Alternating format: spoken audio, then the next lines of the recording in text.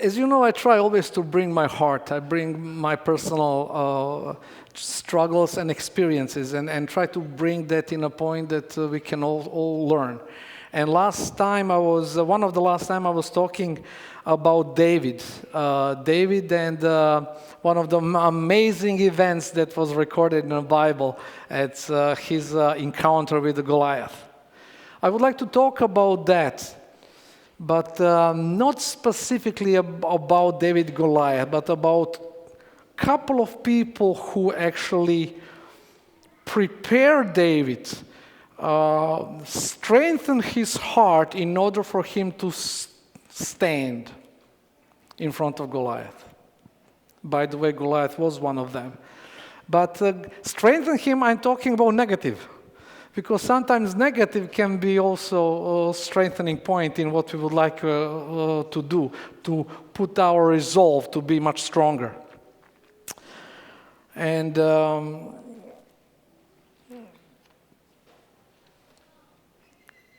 point that I am bringing to you this morning is friendly fire. As you know, I believe that some of you went to the army. That's actually very much that describes shooting done by your friends around you. You know, someone got injured, and I believe that in our walk with Jesus Christ, we also are surrounded by those friendly fires. We cannot avoid them. We cannot go around them. We need to go through them. It's a part of life. It's what it is. It's strengthening who we are, or put us even backwards in a context of getting us discouraged. But all in all that friendly fire bring one thing into the focus, is our resilience, our faith resilience to the people, to the circumstances, to the events around us. And how to test what that resilience is. I believe it will be very evident by asking one question. And that question will show us people's capacity for resilience in their life. And that question is very simple. What are you responsible for? If you ask people that question, that will open or show really what person is all about. The more responsibility people take, the more resilient they are. And I'm talking also in a context of our spirituality.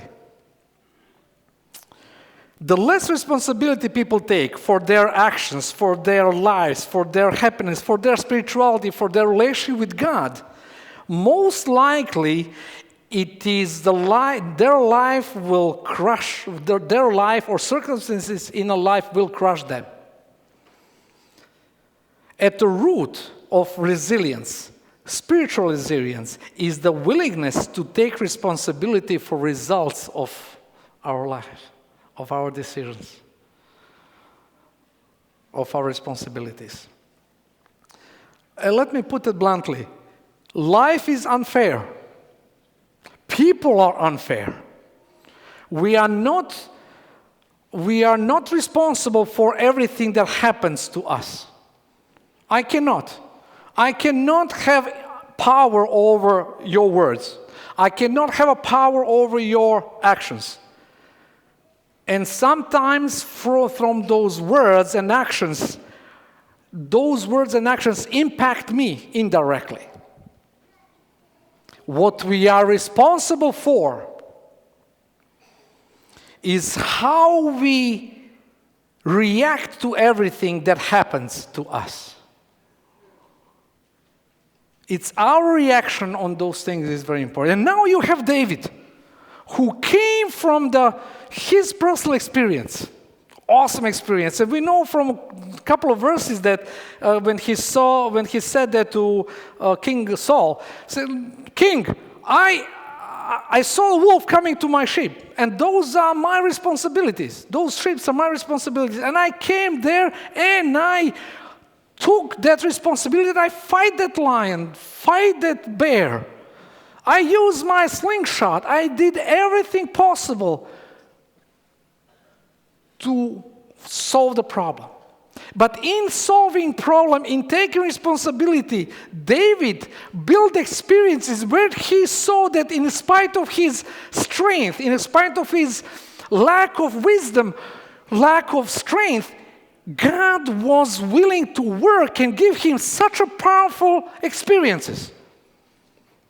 When he came with all of that, imagine that when you have that under your belt, when you have in your pocket all those experiences, and he came after 40 days, last 40 days of taunting, came to deliver the food to his brothers, 3 of them actually. He saw a very interesting situation. And in that situation, we can see how David reacts on that circumstances. But we also can see how Israel army react. Goliath took away everything from those people, from those soldiers. Took away their heart, took away their understanding of who God is, took away all the strength they have. And he became a central focus of their morning and evening. Took away their worship service. Took away everything from them. As soon as he applied himself on the other side of the valley, all those shiny armors, all those sharp knives just buckled. Just buckled. And we can see reaction here. Reaction when regarding to responsibility of who we are, responsibility in the context of resilience to the circumstances. And how we are acting or reacting in certain events.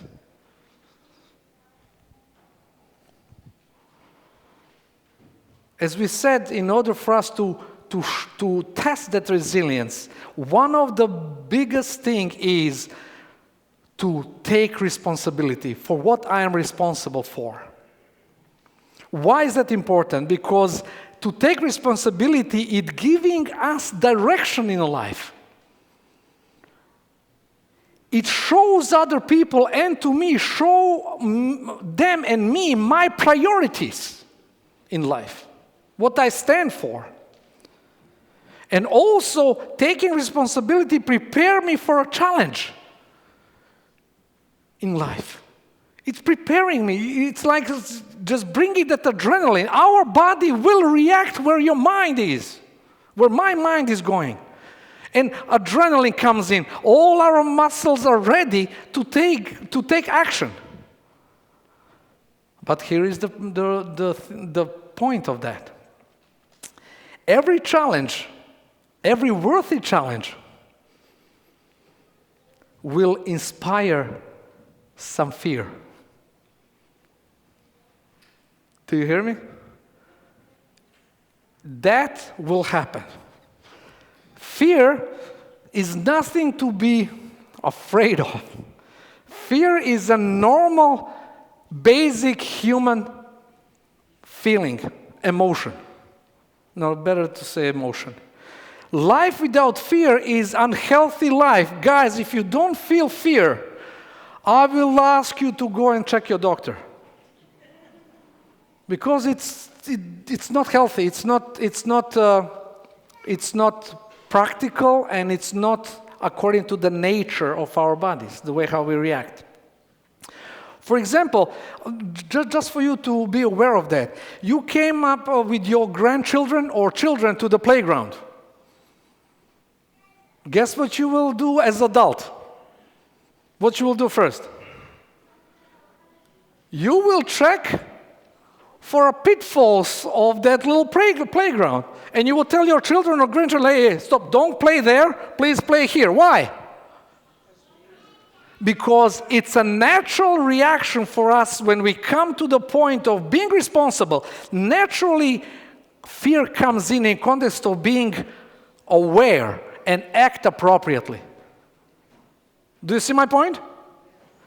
That means when we come to the point of fear, fear is not something to be avoided. Fear is something to be work with.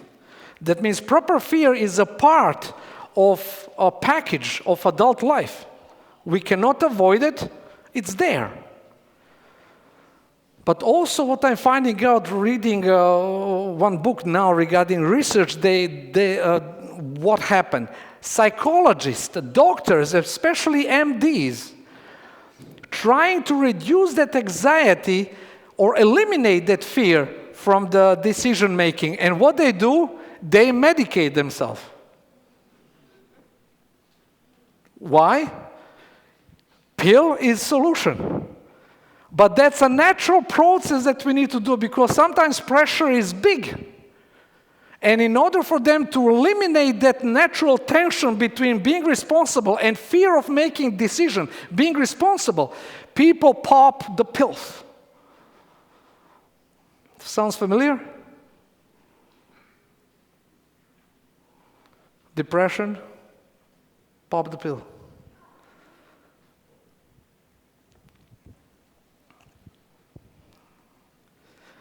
Being responsible makes us vigilant, making us vibrant. And the problem and point that I'm trying to find is directing our anxiety is the way to go rather than wiping them out. Soon as we feel responsible, fear will come as a natural product of that. Only way to work with the fear is to direct that fear, work with that fear. Don't tell me those heroes, if you know, who receive a Purple Heart, who receive some good recognition for their heroism. When you ask them, are they fearful? Were they fearful? Were they scared? Well, you know what they will tell you? Oh, yes. They are so fearful. But they put that fear into the action. They channel that, they direct it, and work in the context of their responsibility. We can see that when David is in question, because he took responsibility of being a shepherd, and God blessed him with such unbelievable experiences that he came up to the totally new environment now, and he applied himself according to those responsibilities, experiences he had. In the other way, when we look his brothers, they did something opposite of that. That means in David's case, we find out that taking responsibilities train us to face our fears and direct them. That means God is putting us through the schooling. God is putting us through the school in our life where He is not using training to use our natural way how our body functions, to teach us that taking responsibility is a way to go to grow spiritually. Did you hear me? Taking responsibility is the way to grow spiritually. Because being responsible will bring some anxiety through the fear, but also it will go and channel those anxieties in fears. David did that. But look what happened to the Israeli army and actually his brother, David's brother, Eliab. It's very interesting what happened. But what happened if let's talk about Eliab now. What happened if we do not properly work with the fear? What happened with the fear? If we want to be responsible, and fear comes in, and we don't do anything about that. You know what happened with fear? Fear becomes destructive. It can blur our vision. It can blur where we want to go, our direction. It is destructive if it's not directed. That's why we need to embrace fear that comes from the responsibility and use it to propel ourselves. And that was God using that mechanism in David's life. Look at what happened with Eliab. Eliab came, and when he saw David, he knew the stories that David told him about dealing with the lion, dealing with the bear. He knows the story. He knows that David is into the fights. He loves that. He saw that in his eyes and attitude. And here is the statement when he saw him coming and delivered the food. In verse 28, when Eliab, David's older brother, heard him speaking with the man, he burned with anger at him and said, "Why have you come down here? And with whom did you leave those few sheep in the desert? I know how conceited you are and how wicked your heart is. You come down only to watch the battle." And now this is the point where that fear who was perpetuating in the Israel army for 40 days come up now and being like a friendly fire towards David. If the fear is not controlled, it becomes something destructive. Then what's standing? Help me here, please. If I'm responsible, what is the opposite of being responsible? Irresponsible. But that doesn't explain it. I need the verb. Responsible? What will be on the other side that showing opposite of being responsible? Fear? Don't care? Can I suggest a word? How about excuses? No, bear in mind, I'm not joking here. If I'm responsible on the one side, in order to avoid responsibility, what I need to do? I need to find excuses. In Eliab's case, what he came up in order now to feel, because now he's the eldest of the family, he's the soldier, he is full of those war stories, and now he's coming and he hears his brother saying things that he needs to do. What does he do? Using exactly excuses. And what is the purpose of excuses? What excuses are doing in our mind and heart? This is what excuse promise. Excuse promise permanence. Jake, just don't do anything. You are okay where you are. You don't need to do what you are doing. Just stay there. Finding excuse, it actually holds you back without being proactive. Unchecked fear can produce excuse. Eliab just did it. And instead now to defend himself, he lashed out and used David as the mirror.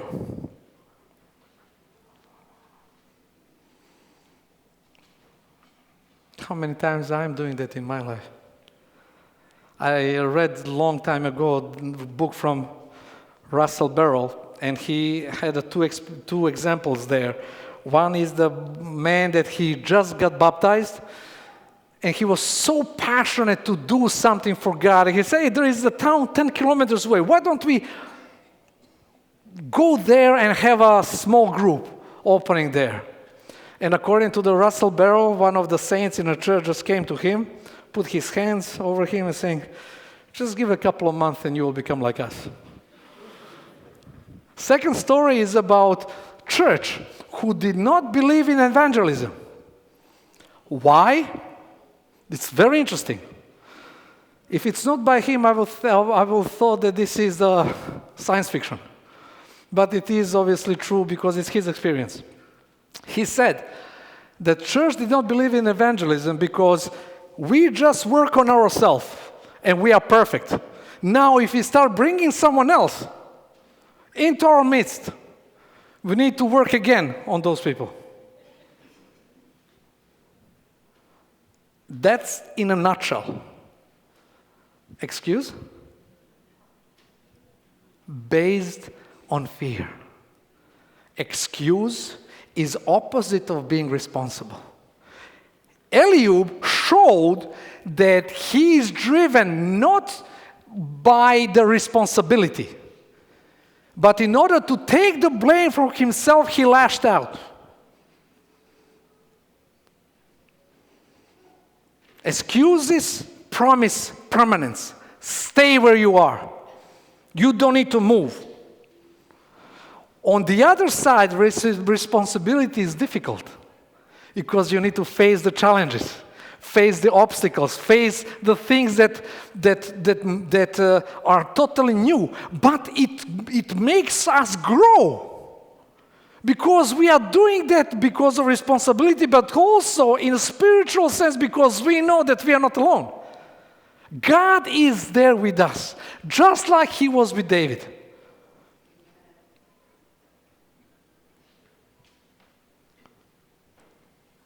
Being responsible, being excellent in what we are doing, it's difficult.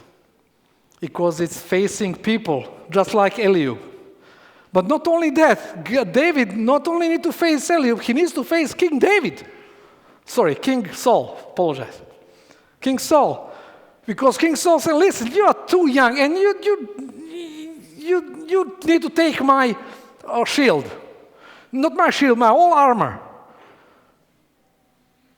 And that's exactly putting his fears, his responsibility over David's. That's not David. He did not take David as who he is, but he wants to give him something that he is dealing with, because he is feeling inadequate.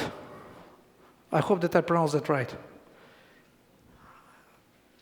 He's feeling not good enough to do what David has in his heart. And he sheltered himself, using David again. Excellence or being responsible is difficult. On the other side, excuse is seductive. Do you know why it's seductive?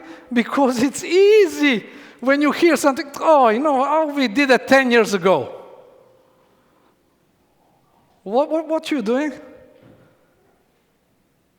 Oh, we tried that. Oh, we did it about you, didn't work out. Sounds familiar? It's seductive. It's like a drug that you just latch on and you're feeling good after. Oh, okay. David did not want to take a low road of easy travel. He had in his heart that God's name was put down and he wants to stand for that. Nothing, there is no words or actions of other people who will stand on his way. No. He resents any idea about that. He stands firm for his young age. I'm just admiring and I'm grateful to God that God put this remarkable character in the Bible and write it down for us. Because he is convinced not about who he is, but about experiences that came out from responsibility for channeling his fear and giving it to God. I love that. You know what they're telling me? I can be David. I can do that in my life. I can do that in every instant when I take responsibility.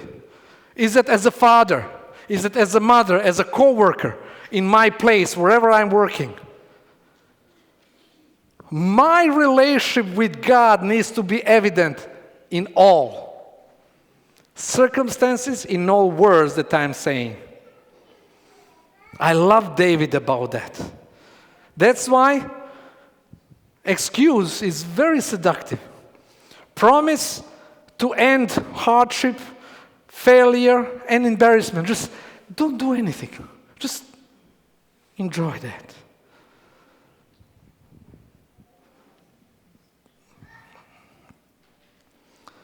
But responsibility, just like David did, brings pain.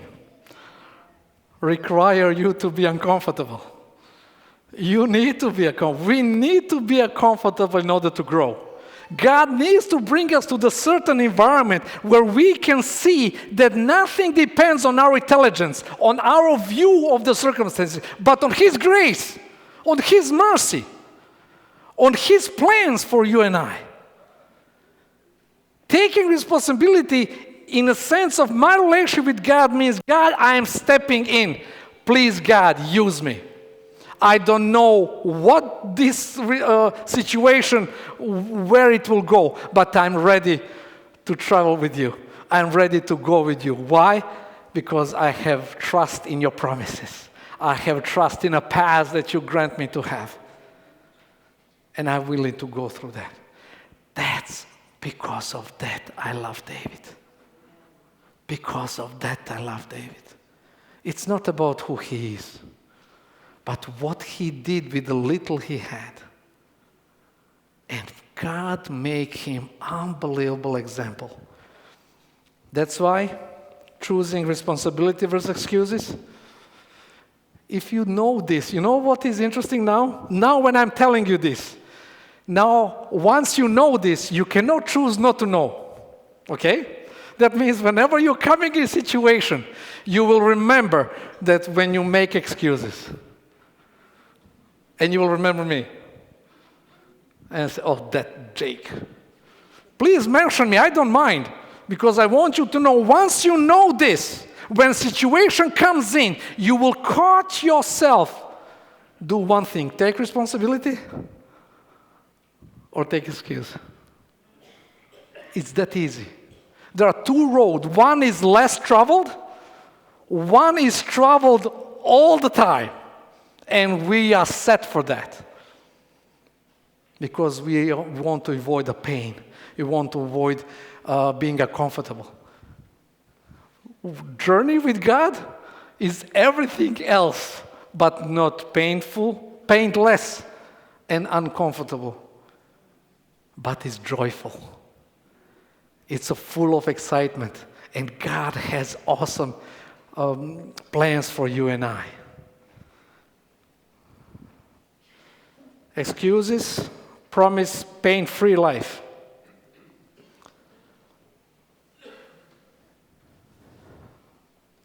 Excuse often free us from responsibility. Excuse is like, interestingly, the Bible talk about armor. How we call that in Galatians? We call that armor of God, am I right? Can I dare to say that every time when we took excuses in our life, we're putting armor on ourselves? And somehow that one excuse, it's not alone. It comes with another excuse, come with another excuse, come with another excuse. And every time another layer of that armor is on us, guess what happened later on? You need to walk with that armor. How on earth you're walking with that? There is no possibility with all those excuses that our faith can be practiced. We are stuck. We are totally demobilizing ourselves. Excuse is a deterrent for faith.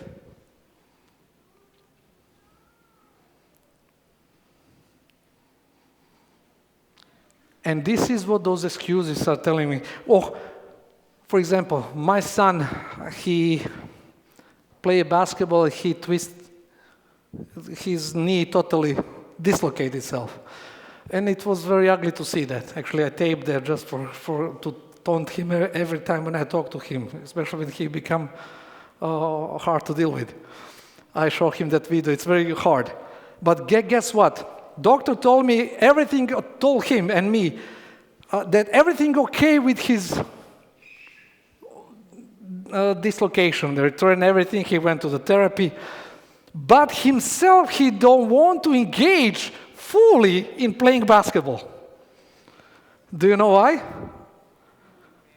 It's mental. And he is finding excuses not to engage himself completely. Because I feel something interesting. Oh, I feel something inside. Oh, something just click. I feel it. Doesn't matter what trauma you went through. Is it maybe breaking arm or maybe some mental trauma? It's still the same thing. It's how we're dealing with the trauma. The harm comes when we make trauma excuse to avoid to act.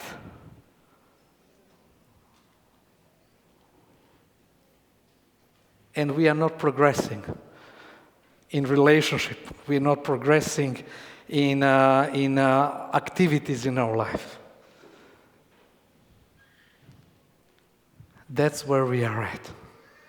That's the point between David, Eliab, King Saul, and Goliath. There will be people in your and my life who will find a way to give us two things. You give us encouragement, or will give us excuses. I am hoping that you will concentrate on one man, and one man only, who tell you that you are an extraordinary person. His name is Jesus Christ. He told you that you are not garbage. He told you and I that we are beautifully, wonderfully made. He can do unbelievable things with us, just like with David. But as a David, we need to take those human responsibilities and let God work through them by letting Him in. God, I'm asking you, come today. I want you to take your rightful place. Do not let me find excuses no more.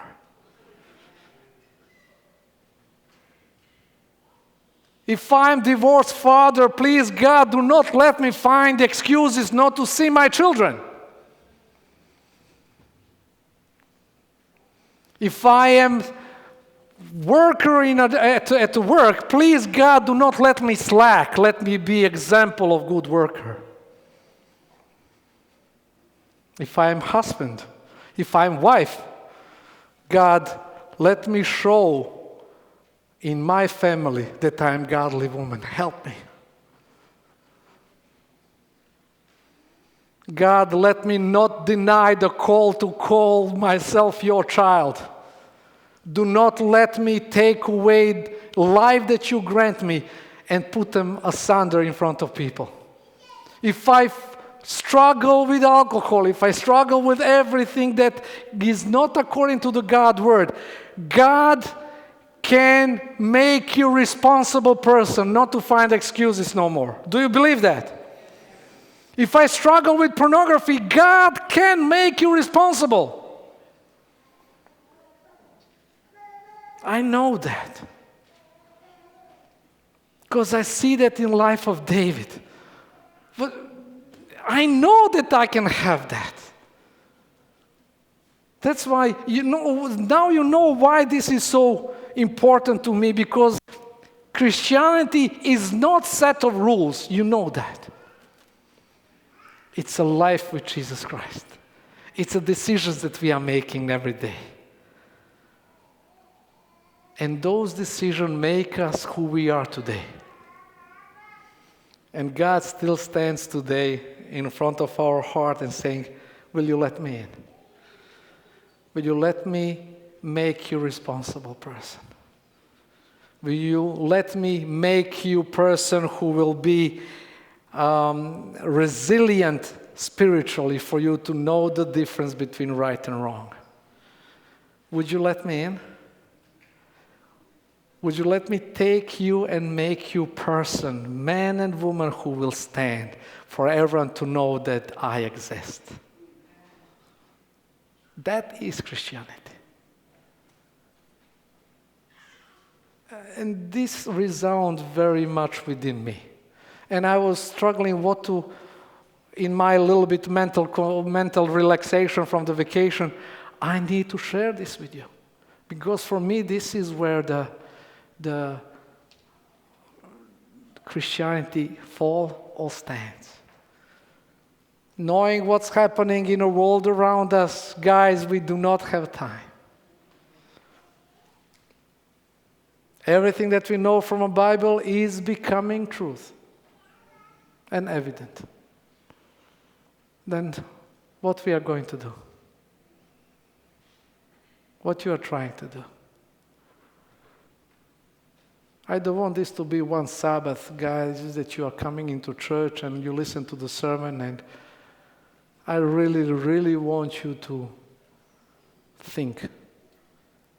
Because maybe this is a day that God said, hey, I want to do something. Come to me. I want to work in your heart. I want to make you a person that everyone will know that you are my child. Are you willing to do that? Are you courageous enough to raise a hand and saying, God, I want to be your child? Are you courageous enough? Are you courageous enough to say, God, I want to be a responsible person? Do you want to raise your hand?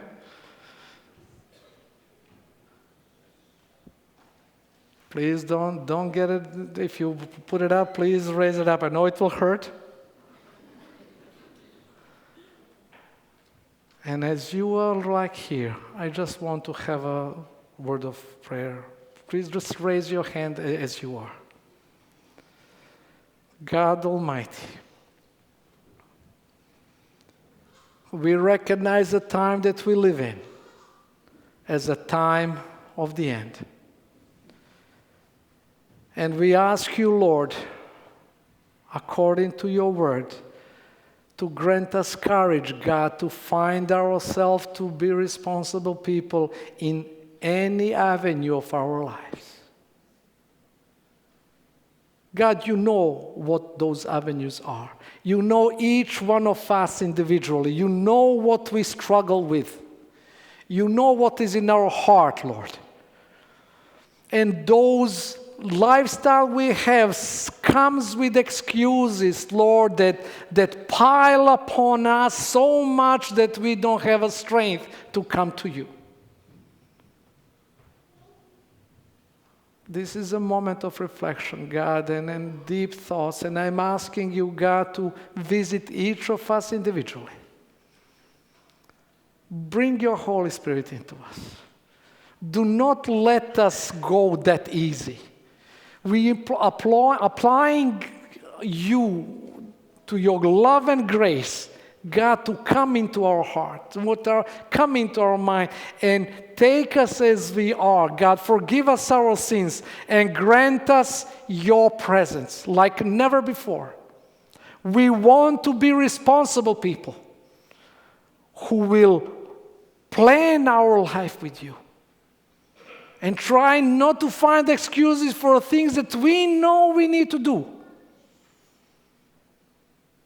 That's why God let us shine in a world without light. let us shine. In Jesus Christ's name, amen.